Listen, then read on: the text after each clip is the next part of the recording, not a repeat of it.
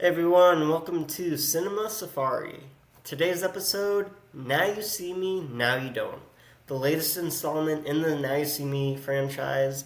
It was directed by Ruben Fletcher, and we see the return of the four original horsemen from the first film as Isla Fisher reprises her role as Henley from the first film after her absence from the second film, reuniting with Jesse Eisenberg, Dave Franco, and Woody Harrelson, along with some other returning characters, Morgan Freeman, Mark Ruffalo, and some new characters as well. So we're going to talk about all the excitement that the film brought, a lot of the elements that were added to the film, our thoughts on the film, and just where we hope to see the franchise move forward. So hold on to your wallets, make sure no heists happen, and get ready for Now You See Me, Now You Don't.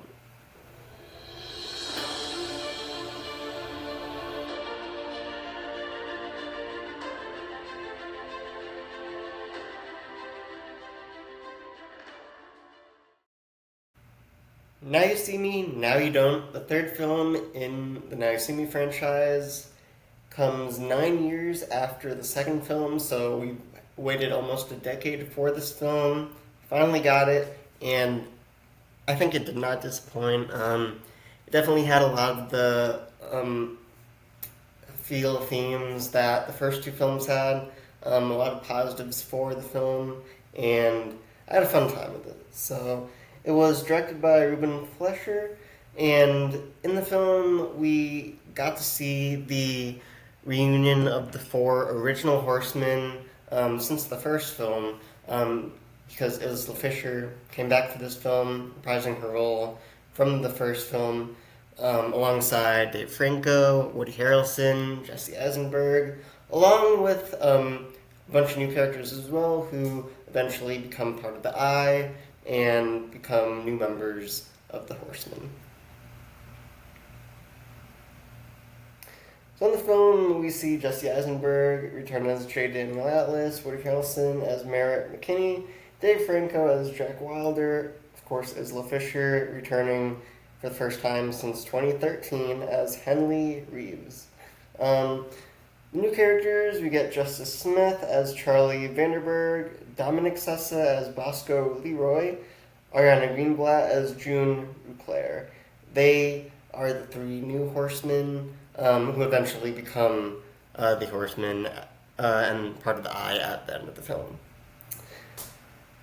We also see the return of Lizzie Kaplan from the second film, who kind of took over the female role of the horseman, replacing Isla Fisher in the second film.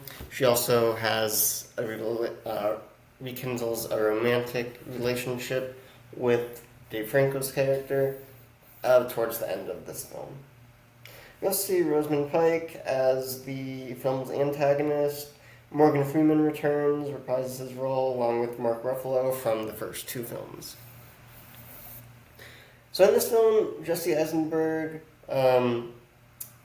he kind of recruits those three new characters to help him pull off the film's heist, which, all the Now You See Me films are pretty much centered around a big heist that the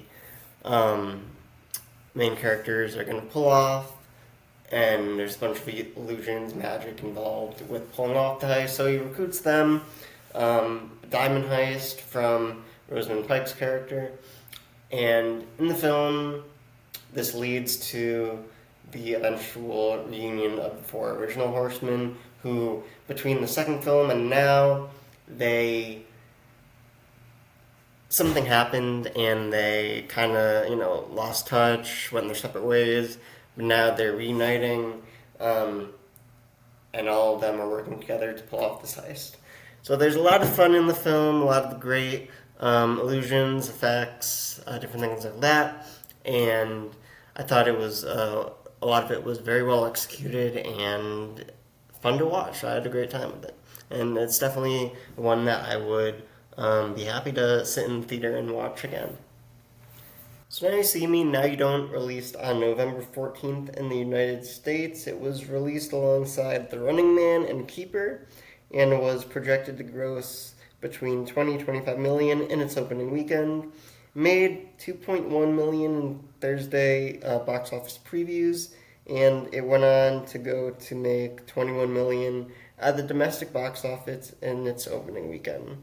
I believe becoming, I'm not sure if it was the number one for the weekend overall, but I know it did top both The Running Man and Keeper at the box office. With The Running Man, I've been hearing I haven't seen that one yet, but I've been hearing it hasn't been doing good at the box office so far. But it's only been one weekend, so we'll see. Critically, it has a 60% on Rotten Tomatoes, and it's the best reviewed film in the series out of the 3 films so far.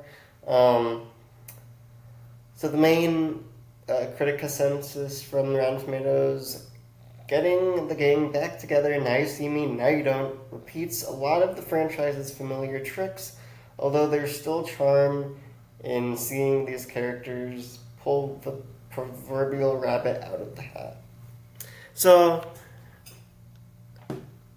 there's definitely a lot of similarities in this film as far as first films. So, there's not necessarily a huge amount. They repeat the same formula for the most part as the first film, so it definitely has a very similar feel. So, yes, there are some new elements in the film, but a lot of it also feels like very similar to the first 2 films, so we don't necessarily get that new feel overall to the franchise of having this film add something really new to the franchise, minus like some of the new characters who might add some stuff to the film. But yeah, I think with that, with a lot of the reviews, I definitely agree with.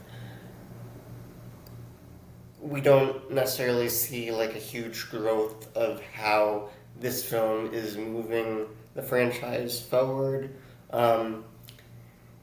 We definitely see like what they're trying to do, where they're trying to go with future films. But as far as this just like a standalone film, it doesn't really add much new in like the plot of the film.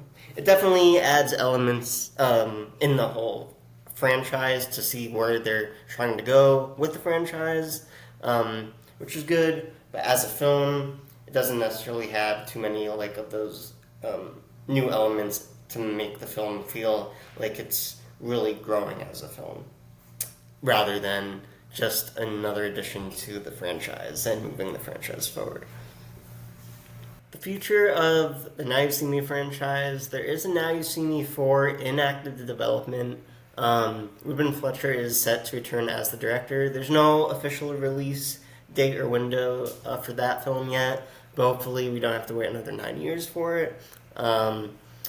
But Lionsgate is definitely, they are actively wanting to expand the franchise, so I'm excited for that. There's also a potential spin-off that was first announced back in 2016, centered around Jay Chou's character, who starred in that film alongside the 4 original Horsemen.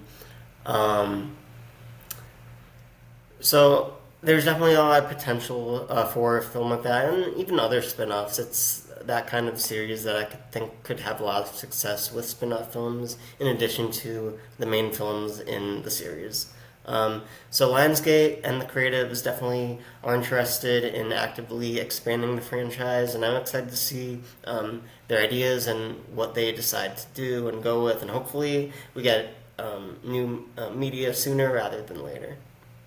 And with that, we are going to wrap up today's episode. Now You See Me, Now You Don't.